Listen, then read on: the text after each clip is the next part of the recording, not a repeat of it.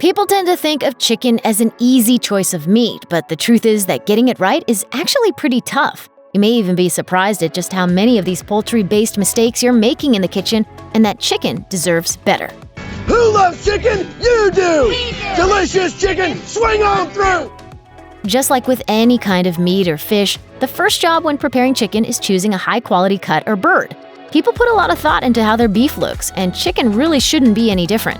There are a few key ways you can tell whether chicken is any good or not. Firstly, the meat ought to be bright pink all over, including the crevice areas, such as the thighs and wings. If that chicken is going gray, it's going bad. The flesh should be firm but not stiff and springy to the touch. Equally, chicken that has developed an odor should be avoided like the plague. Finally, there should be absolutely no blood visible in the meat. Follow those rules and you'll be going home with a potentially tasty chicken.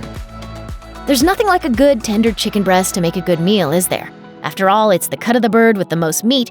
It's easy to cook and it's super tasty. What's not to love? Well, it might give you the most meat, but the breast isn't actually the easiest to cook, and it's not the best either.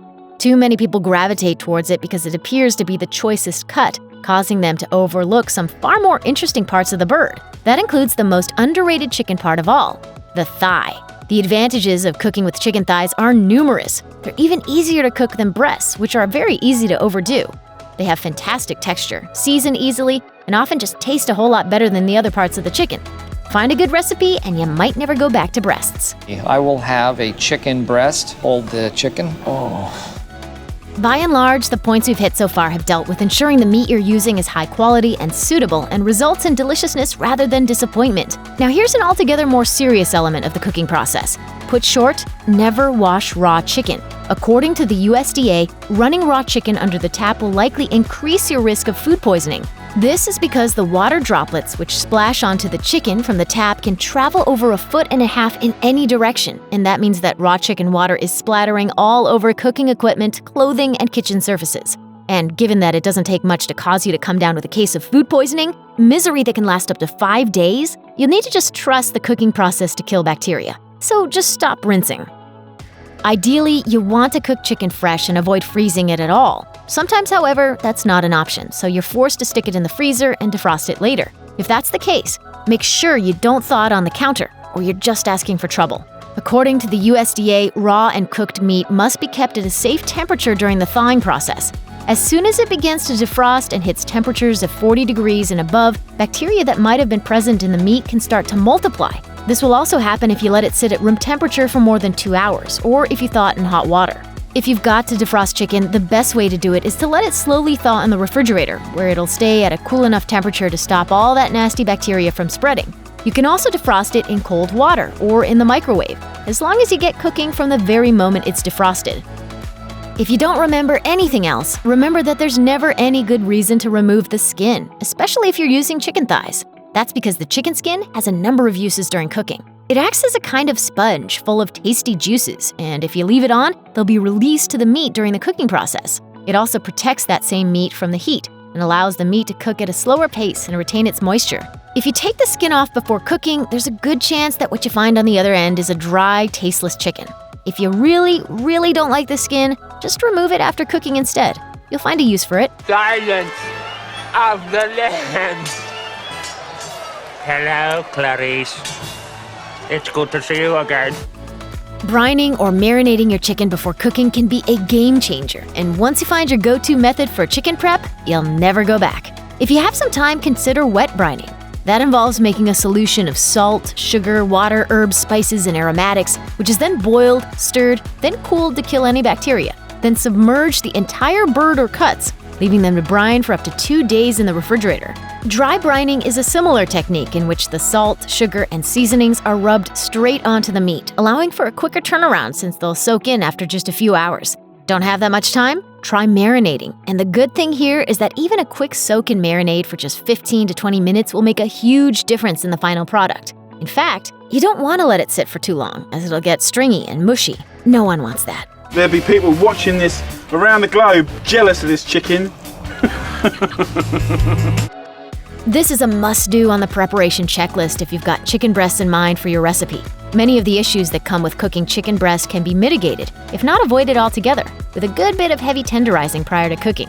Pounding and tenderizing the chicken helps spread out the thickness and allows the meat to cook more evenly and quickly. The process also makes the resulting chicken juicier and tastier, which is especially helpful considering chicken breast can often be neither of those things. The method is simple. All you have to do is wrap up the chicken in plastic wrap or put it in a plastic storage bag. Grab a heavy object such as a ladle or saucepan and start hitting it.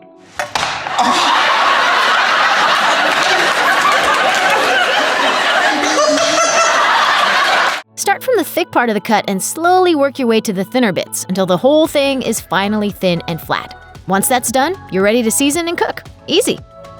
This is probably the most downright criminal mistake people can make while cooking chicken, but we'd hazard a guess that it's probably a fairly common one too. Please don't forget to season your chicken. Meat that only has salt and/or pepper added to it is bad enough, but serving up something without even that is just sinful. Here are some golden rules for seasoning chicken. Salt is the big dog, but you've got to get it right. Try to use kosher or sea salt to keep sodium levels down while getting maximum flavor. Make sure the other seasonings you're using are suitable for chicken. Good starting points include basil, rosemary, garlic, mustard, paprika, thyme, parsley, celery seed, cumin, and cayenne. But don't be afraid to play around. You never know what will work, and a failed experiment is still going to be far more satisfying than a tasteless, unseasoned husk of a bird. The word dry might seem like the exact opposite of what you want to hear, but the truth is that drying out your meat after brining is a must-do for any poultry cook worth their salt. According to James Wilschka, the executive chef of Filifera in Hollywood, people want to get really crispy meat, and the general rule of cooking is moisture is the enemy of caramelization. When you want to get meat crispy, you want the skin as dry as possible. You should air dry the meat out of its packaging in the fridge for up to 4 hours, although it could take up to a day or two if you're making something like fried chicken. Then, take it out, pat it down with a paper towel, and you're good to go. This might go against the instincts of anyone who's particularly safety conscious when it comes to handling and preparing raw meat, but it's actually a good idea to let your chicken sit out for a little while before you cook it. Tempering chicken has a few key benefits. It'll help your chicken hit that key temperature more quickly, helps the chicken cook more evenly all the way through, and makes the end result juicier. And that's never a bad thing, is it? As long as you're careful, the process isn't going to cause you any harm either. Don't allow it to sit out anywhere it can come into contact with other food. Wash your hands, and don't let it sit out for longer than 2 hours, and you'll be just fine. No surprise here, but it's always worth saying just in case. Always make sure your chicken is cooked to a hot enough temperature. Otherwise, you're just asking for a world of pain to come crashing down on top of you.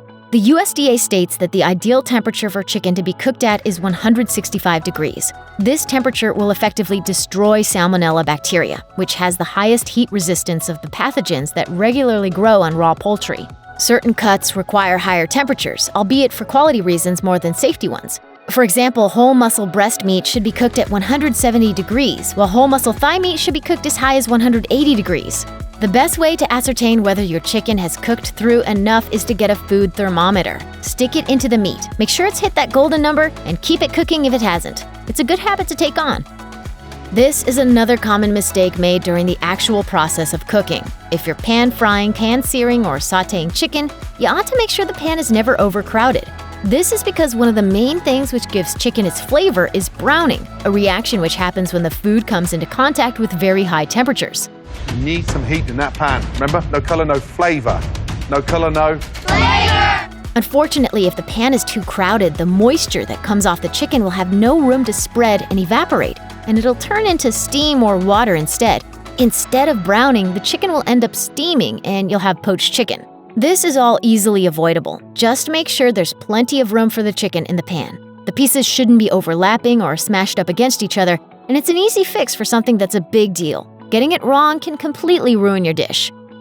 This is the last thing you should do before serving up your chicken, especially if it's a roast. Resting involves allowing the chicken to sit out for anywhere between 10 and 20 minutes once it's cooked.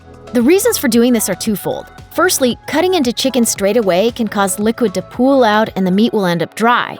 Allowing it to sit for a while will help the chicken absorb the moisture back into the meat. Secondly, meat tends to continue to cook even after you've taken it out of the oven, and it's always good to let it continue to do so.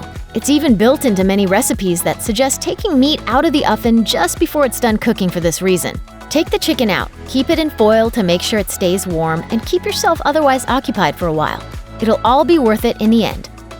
Check out one of our newest videos right here. Plus, even more mashed videos about your favorite stuff are coming soon.